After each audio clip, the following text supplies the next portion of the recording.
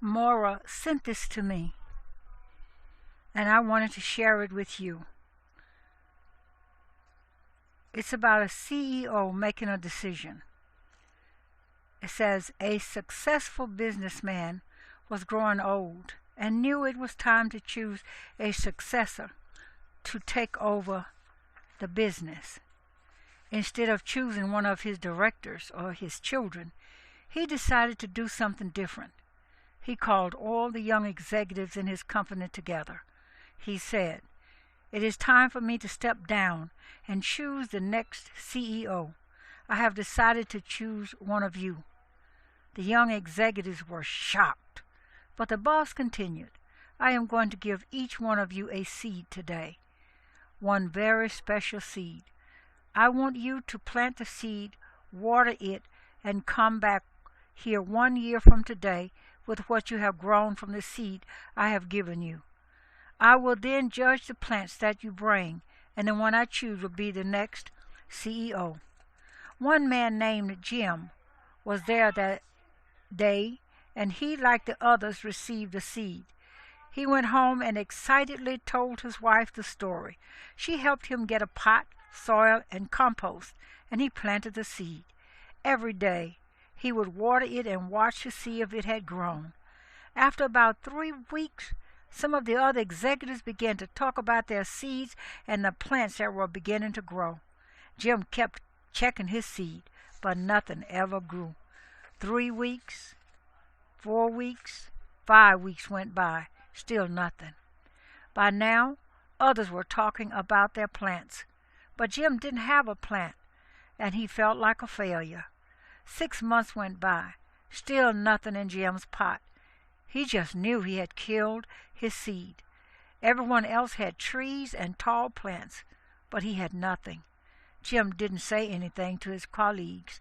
However, he just kept watering and fertilizing the soil. He so wanted the seed to grow. A year finally went by, and all the young executives of the company brought their plants to the CEO for inspection.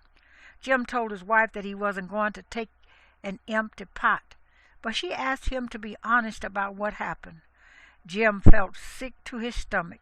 It was going to be the most embarrassing moment of his life, but he knew his wife was right. He took his empty pot to the boardroom.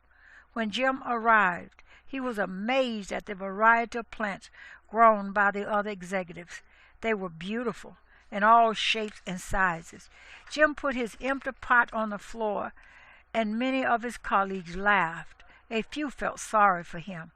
When the CEO arrived, he surveyed the room and greeted his young executives. Jim just tried to hide in the back. "My, what great plants, trees, and flowers you have grown," said the CEO. "Today, one of you will be appointed the next CEO." All of a sudden, the CEO spotted Jim at the back of the room with his empty pot. He ordered the financial director to bring him to the front. Jim was terrified. He thought, "The CEO knows I'm a failure. Maybe he will have me fired."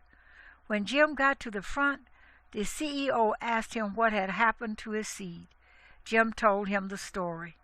The CEO asked everyone to sit down except Jim. He looked at Jim and then announced to the young executives, "Behold, your next Chief Executive Officer. His name is Jim." Jim couldn't believe it. Jim couldn't even grow his seed.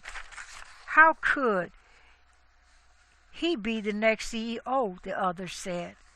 Then the CEO said, "1 year ago, I gave everyone in this room a seed. I told you to take the seed, plant it, water it, and bring it back to me today. But I gave you all boiled seeds. They were dead. It was not possible for them to grow. All of you, except Jim, have brought me trees and plants and flowers. When you found that the seed would not grow, you substituted another seed for the one I gave you. Jim was the only one with the courage and honesty to bring me a pot with my seed in it. Therefore, he is the one who will be the next Chief Executive Officer." If you plant honesty, you will reap trust. If you plant goodness, you will reap friends. If you plant humility, you will reap greatness. If you plant perseverance, you will reap contentment. If you plant consideration, you will reap perspective. If you plant hard work, you will reap success. If you plant forgiveness, you will reap reconciliation. So, be careful what you plant now. It will determine what you will reap later. Think about this for a minute. If I happened to show up on your doorstep crying, would you care? If I called you and asked you to pick me up because something happened, would you come? If I had one day left to live my life, would you be part of that last day? If I needed a shoulder to cry on, would you give me yours? This is a test to see who your real friends are, or if you are just someone to talk to you when they are bored. Do you know what the relationship is between your two eyes? They blink together, they move together, they cry together, they see things together, and they sleep together, but they never see each other. That's what friendship is. Your aspiration is your motivation. Your motivation is your belief. Your belief is your peace. Your peace is your target. Your target is heaven. And life is like hardcore torture without it. It's World Best Friends Week.